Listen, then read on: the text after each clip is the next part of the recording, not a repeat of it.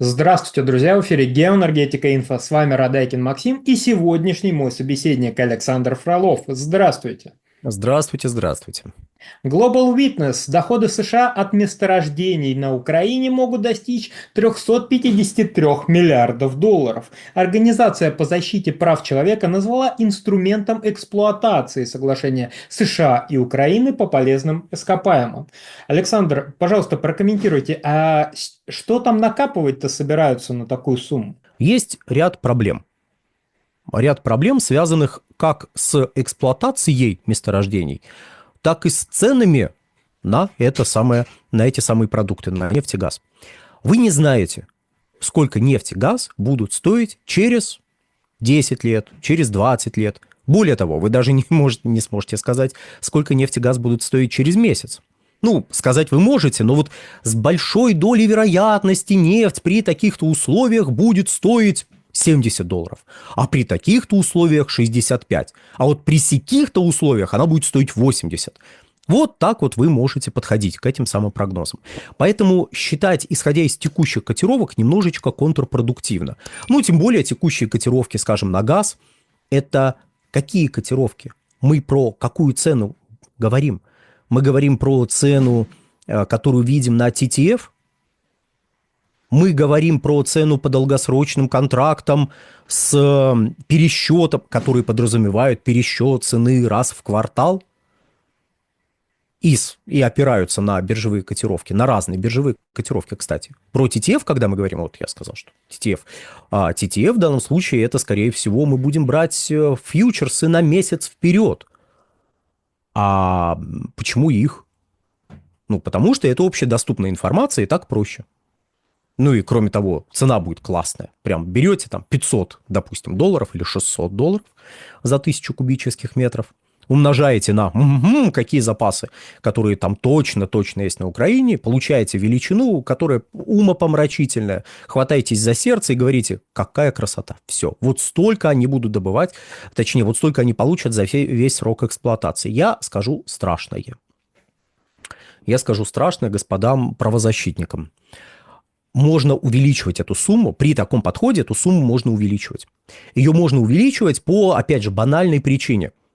Есть такая штука геолого-разведочные работы. Геолого-разведочные работы – это, как следует из названия, это геологическая разведка, которая проводится ежегодно, постоянно, ищутся новые месторождения, новые залежи и так далее и тому подобное. Понятно, что Украина излазена вдоль и поперек, и вряд ли там какие-то сверхгигантские месторождения будут обнаружены, но тем не менее, какие-то работы там ведутся, и новые какие-то месторождения ставятся на баланс. Они небольшие, безусловно, но небольшие в масштабах потребления Украины, в масштабах потребления там, Европейского Союза. Но в общем и целом, если вы ставите на баланс 36 миллиардов кубических метров, а такие прецеденты за последние лет 10 были, ну вот, то, наверное, вам надо будет пересмотреть ваш прогноз, уважаемые правозащитники, о том, сколько денег можно получить с территории Украины вот при таком подходе.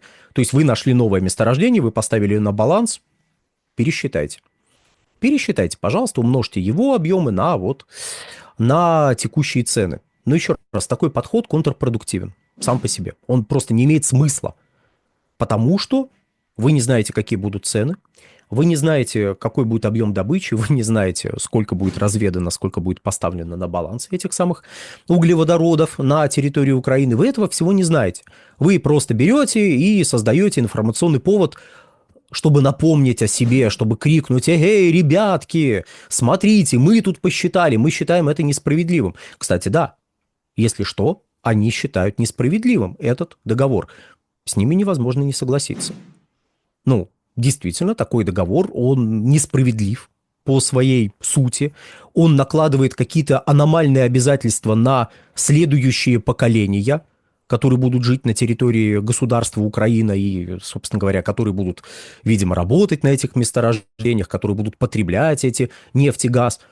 Вот они будут расплачиваться за действия текущего руководства. Более того, они будут расплачиваться еще и за действия руководства Европейского Союза, за бывших руководителей Великобритании. Большой привет Борису Джонсону.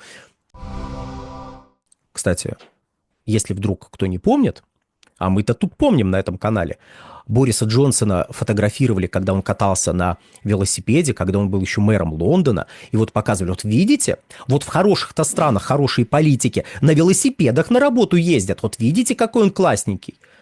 Отличные, ребят, у вас, вот кто вот так писал, у вас такая чуйка, просто такой вот, знаете, вот чуйка на хороший человеческий материал, что, в принципе, вот если вы считаете, что какой-то человек вот прям классненький, ставьте противоположный знак, не классненький, и исходите из этого. То есть у вас отличная отрицательная прогностическая способность, вот прям класс. Вот, Борису Джонсону, в общем, большой привет. Ну и большой привет прежнему руководству Соединенных Штатов и нынешнему руководству Соединенных Штатов, которые принимают некоторое участие в происходящем. То есть тут я позволю себе на секундочку зайти на хрупкий лед политологии и задать вот какой вопрос. Мягко, так сказать, зададим такой вопрос.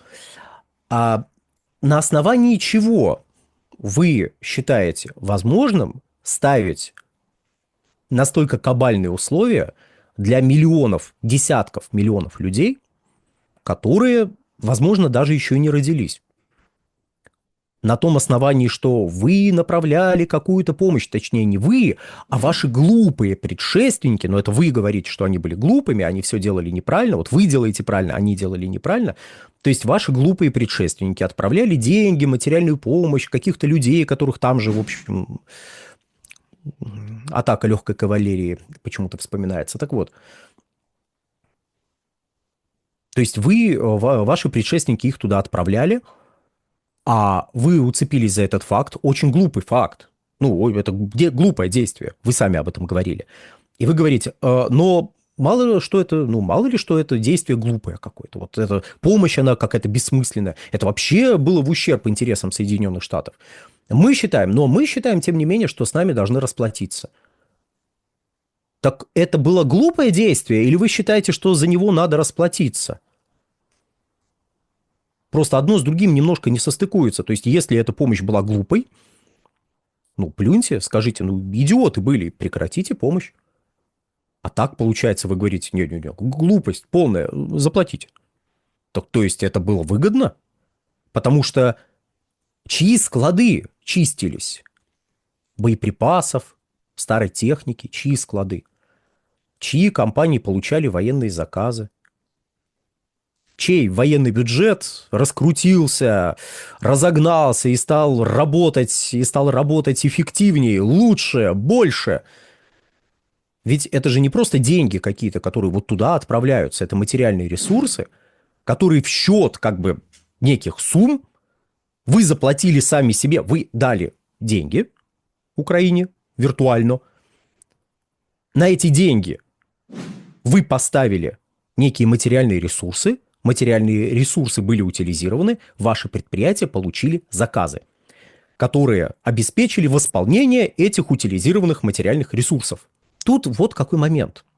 Руководство Соединенных Штатов Америки является, ну, среди прочего, заложником необходимости проводить какие-то очень яркие перформансы, ну как, ничего, что я на таком, знаете, высоким штилем, перформансы. Так вот, проводить перформансы перед своей широкой аудиторией, демонстрируя, что вот они делают все классно, быстро, эффективно, мощно.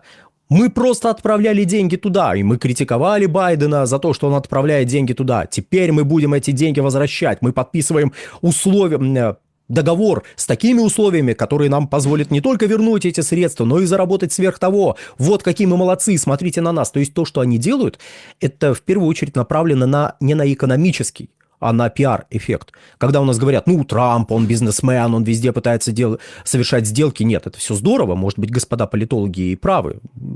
Я не то чтобы прям спорю, я скорее делюсь своим мнением по этому вопросу.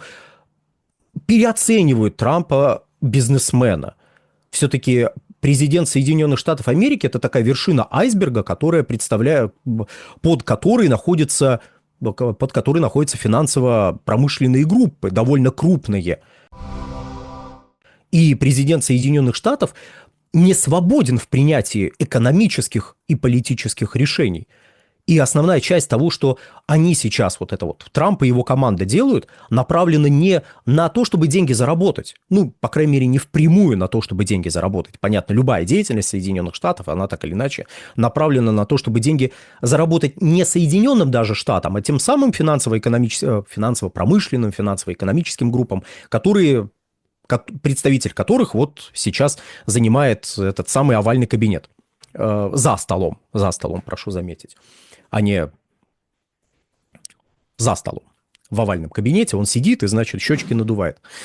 Вот, то есть такого рода перформансы нужны для поддержания некого, скорее, политического реноме внутри Соединенных Штатов.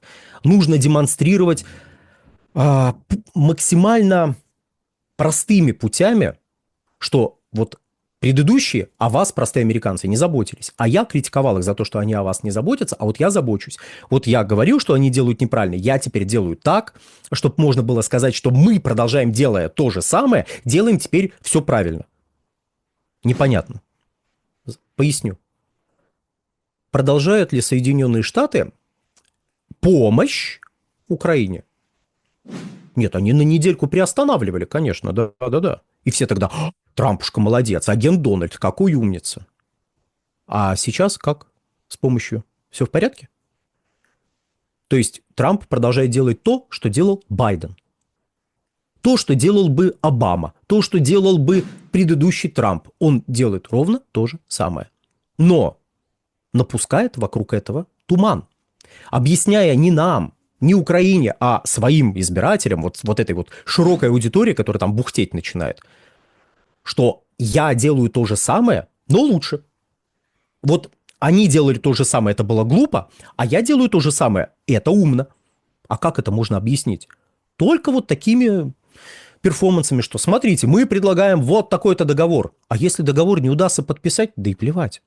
Можно будет сказать, ну, дурачок просто, вот этот вот украинский, он не подписал выгодные для себя условия. Мы сейчас ему выкатим еще более жесткие условия, на которые он обязательно согласится или не согласится, нам плевать. Мы туман напускаем, продолжая делать то же самое, что делали предшественники. И в этом плане господа правозащитники могут, скорее всего, успокоиться. Украину как доили, так и будут доить. В том смысле, что ее не будут доить как-то экстремально по-новому. Ее будут доить точно так же, как доили до того. И если кто-то думает, что раньше все деньги, которые получали некие люди от реализации того, что добыто из украинских недр, так вот, эти деньги все оставались на Украине, то успокойтесь, господа правозащитники. Нет, они не оставались на Украине. Они выводились за рубеж. На них покупались яхты, на них покупались различные активы за пределами Украины.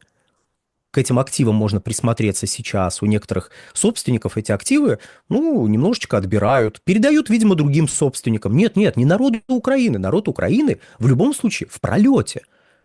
Как он был в пролете до того, так он будет в пролете и теперь. По той банальной причине, что он и до этого не получал эти деньги в полном объеме. Но, еще раз, господа правозащитники, успокойтесь, вы все равно не знаете, сколько стоить будут нефть, газ, даже через месяц, тем более через год, 2, 10, 30, 40, 50, насколько там вы рассчитали сроки эксплуатации этих месторождений. Небольших, относительно скромных, но приносящих неплохую прибыль. Но не Украине. И никогда не приносившие прибыль Украине.